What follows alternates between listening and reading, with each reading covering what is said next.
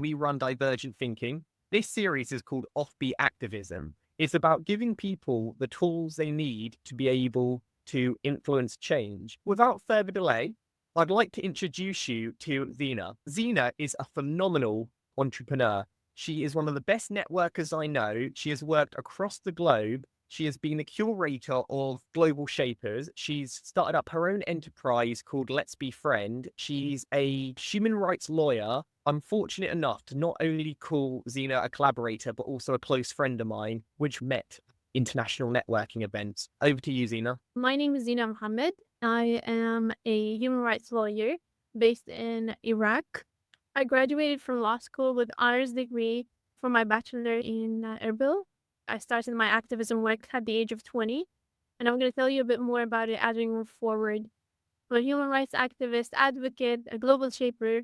I've been working in that humanitarian sector, particularly in Iraq, for quite a few years. So I was able to create many initiatives that are youth-led, youth-oriented, basically, in various fields, whether it's for peace building initiatives or really just supporting my hub in some that are related to social change initiatives and projects I have either led or participated in my lifetime.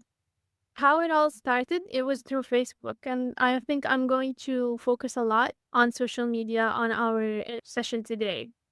My whole journey started with a Facebook post that really provokes me when I had just graduated university and I saw a post of Syrian refugees in a camp in Kurdistan region of Iraq. I decided to do something about it. I asked for people to support me in a small campaign to bring in blankets and warm clothes for Syrian refugees living in camps in Erbil, around Erbil. And then from that, I started to grow a bit more and I had more ideas to create food baskets, food items, and sometimes non food items for refugees in the camps. There's a lot of bags full of so many items that we've provided for thousands of families through a voluntary youth initiative that I have led. Luckily, I was able to have the support of the local youth who are coming from different backgrounds. So Christians, Muslims, Kurds, and Arabs all came together to support in one cause, which was supporting the Syrian refugees. I moved into the UK. I started my master's degree and I was accepted actually in this wonderful international program for global leaders. And in that program, we were asked to start our own initiatives after we finished the 2 weeks program. And while I was in the UK, I asked myself, how can I do something for my country? Because we were asked to do something in our own country while I'm doing my master's degree in the UK. So I started this Let's Be Friends project, which connects children in primary schools in Iraq and in UK using art as a way of self-expression. And then we use t-shirts as a way where children can write down messages, ship them all the way to Iraq, vice versa as well, to create this sort of connection and to really try to break stereotypes that we always have about each other. Children across the UK and Iraq got to connect with each other through simple art to make your message heard. People have to feel that it's coming from somewhere that you care about. If it isn't, it will be hard to convey your message to people and convince them to support your cause in any possible way. Things that you love could be anything. Think clearly and give yourself some time to reflect on the causes that you truly care about. It could be anything because we as individuals go through these wide experiences in our lives that affect us. And there must be something that you love and care about enough to campaign about or to create momentum about in your small community. And then it can grow into a larger international community. I think that's my number one tip. Search for what you love and not what other people are expecting of you. And find your support system. This is so important. Finding the circle of people that see your cause as important and valuable, it gives you a drive to continue. Otherwise, it might be a bit hard for you to continue pushing for the cause you are seeking to advocate for. I found that when I joined the Global Shapers community, which is a group of wonderful young people from all around the world, I felt like I belonged somewhere, and I was able to connect with people who could understand why I'm doing what I'm doing. Support system could be your friends, could be your family, but if not, you can find specific communities that can support that. Create the support system that understands what you're doing and also lifts you up, because listening to you only is not what you need. You also need mindsets that are similar to you that could inspire you to do better in the cause you are seeking to reach. Leveraging on social media is so important, especially in this time. And I think now with the pandemic, we all got to understand and know that social media has been key in making us connect with other people. Look at us right now talking to each other on Zoom, and we see people joining us from different parts of the world. It's incredible. And I think for me, social media has supported me in every single step of the way. One single post that I wrote on my Facebook, who wants to support me in collecting blankets? And then it just grew. And then people started to contact me, and not just the ones I know, friends of friends, and my neighbors, and friends of my neighbors. And it just started to grow. And it was just social media posts that really, my whole activism like will move forward. Associate yourself with a cause. People started to contact me who are not directly linked to me. They were connected to other people who know me. And because I associated myself with a specific cause, at the start it was donations and children provide, or what kind of skill set you have in the first place. By the way, all the things I'm saying for campaigning or charity work, you can use that for your career as well, for your career advancement. Associating yourself with a cause or associating yourself with a skill is key. Don't be afraid to brand yourself. Branding yourself is important because it makes you who you are, and it creates this circle of people who will always see you as a related to a specific cause, a brand kind of a person. Nothing fancy, but really related to the cause that you care about. In my opinion, networking is everything. People might say it's the degree that is the most important, or getting a good job is the most important, or getting XYZ. For me, I think networking is everything, because your network will help you beyond your thinking. You see, I use networking in every single step of my way, whether it's volunteer work, whether it's career, and it always works. But networking has to have some basis. Who can be your network? Your friends, your family as a small circle, and then your work colleagues, members of groups which you might be interested in, like sporting teams, social teams, interest based groups, or professional associations. I landed myself in the Global Shapers community where I felt like I belonged. And the sense of belonging supports you, inspires you, gets you to think of new ideas, because when you're surrounded by like-minded people who see what you're doing as important, eventually will inspire you in one way or another to grow bigger.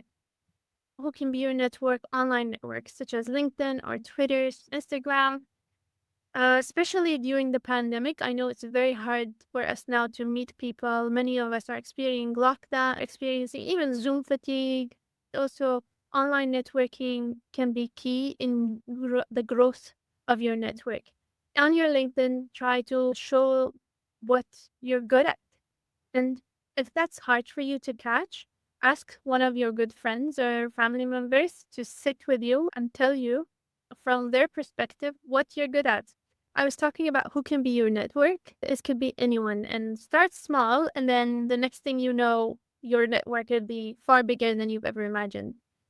And I think in the networking part, I want to highlight one very important thing. Always be yourself. Don't try to change who you are to attract people towards you. Be who you are, search for the cause that you really care about or the skill that you really care about, and then things will happen naturally for you. A lot of people have gone into hiding, hoping when this is over, we'll be able to network again.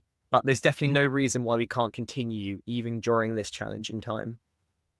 Exactly. Creating roots for your relationships and networks is key.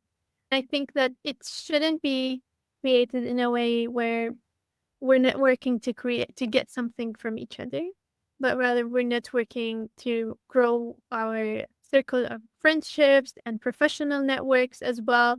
That could also possibly be in the future something that is beneficial for both ways. It's a two-way relationship rather than a one-way relationship. So don't underestimate your network and look closely to and go out there. Your neighbors could be people who can be part of your network who are also connected to people who can support your cause or your career. Again, when you're networking and you are starting to create your own brand, your own skills, like Nat was mentioning, somebody will remember you and be like, oh, this person I know, they are branded with. So don't underestimate your network, even if you feel like it's non-existent at the moment. When you start, it will grow. Why networking is important? It makes you noticeable. It raises your profile in an amazing way. It can create a chain of trust in you and the cause and the career that you're looking for and working hard for. So imagine if I connected to a manager of a school that I'm working on this project with. And because I am connected to this manager who trusts me, this manager of this school can also connect me to another manager in another school, and thus the trust will be transferred from one person to another. So this is what I mean by creating chains of trust through your networks. And you never know who can support you when you need it. It could be anyone. CEOs and managers shouldn't be your only target because they are not the only ones who can support you. Having them in your network is amazing if you manage to, but if not, that's fine because the simplest people in your network can actually support your cause in remarkable way. Networking also creates new opportunities for you and provide creative intellect, new ideas, and more knowledge for you. Listening to an engineer or someone who's into business or someone who's into any different topic than what you are actually gives you more knowledge and inspires you in ways that you don't think of. So listen to other people outside your circle. Keep your eyes and ears open all the way with your networks to understand more about what kind of opportunities are out there that could be good for you, that can inspire you to do better. Networking also grows your status and self-confidence. Once you reach a specific status because of all the work that you've done and all the trust that you have gained over the years, eventually it will also impact your own self-confidence. Trust me, I asked people for help when I was stuck somewhere in a project or career who are so far from their world, but they gave me a different perspective, and then I could redefine things in my own project or initiative or job. And your network supports your success. And it's important for you to also support other people's success. Supporting other people's success does not make you less successful. Actually, it makes you much more successful. Asking for help is so important, Laura. All. Well, we're humans who are constantly learning and growing, learning from each other. And asking for help from each other is key. I'll move on into international networking now. For me, in my experience, social media that helps me the most. Becoming part of specific groups, creating specific groups has also been helpful for me. On my Facebook account, for example, I am part of Group X, Group Y, Group Z, who are working on different areas. When I'm interested in seeing what Group X is doing, I can just go to that group, check out what's happening, keep that network alive. Also, when it grows a lot, Professionally, for me, LinkedIn has been a great support because on LinkedIn, you don't get to see just the personal and private updates of someone, but also the professional updates. Do you have any groups in mind for like-minded thinkers that want to share ideas and tips for people aspiring to go into international development and humanitarian work? Yes. Here, I have something for you that you can participate in that can also grow your network by the World Economic Forum. There are voluntary positions that you apply in your city. If you below the age of 30, you can join the Global Shapers community. If you're above the age of 30, there is another initiative by the World Economic Forum that can support you. And for that World Economic Forum, because it's such a huge network, it's never ending and formatted in a way that's sector based, even. Once you join, you have access to specific websites. You can search for specific sectors that you are interested in. If you are a participant or in a program abroad, connect with participants online before traveling and participate in every initiative throughout your program. Young global change makers programs where you can meet with wonderful people who are working on a variety of areas that could be similar to yours. Part of those, please connect with people ahead of time and join the lunches, join the dinners, join the walks. It will give you a lot more than you think. And take initiative. Taking initiatives is a great tool. Connect with people. If there is no social events that you can find, maybe create your. It could be as simple as a walk to the park with a group of people who are interested in the same area that you're interested in, or are a part of a program that you are participating in. When you meet people in conferences or programs, please stay connected after returning home and use social media to keep you in touch, as long as you feel comfortable and safe, of course. This network doesn't have to continue if you don't feel comfortable to, but if you like to, it can be a great new addition to your work. Keep your eyes and ears open for opportunities, fellowships, internships, job hunting, conferences that are relevant to your age, programs that appreciate your skills. You will find a whole chain of opportunities that are out there for you. Even online now with the pandemic, I know that there are some programs on my LinkedIn, which is an online leadership program for young people, which could be later. Your network levels you up. It helps you gain a different perspective, and your network can get you an answer to almost every question. As I think Laura said, asking for help is important. I ask my network for all sort of questions when I'm stuck somewhere that maybe I'm not an expert in. Always find the answers through my networks, which is absolutely amazing.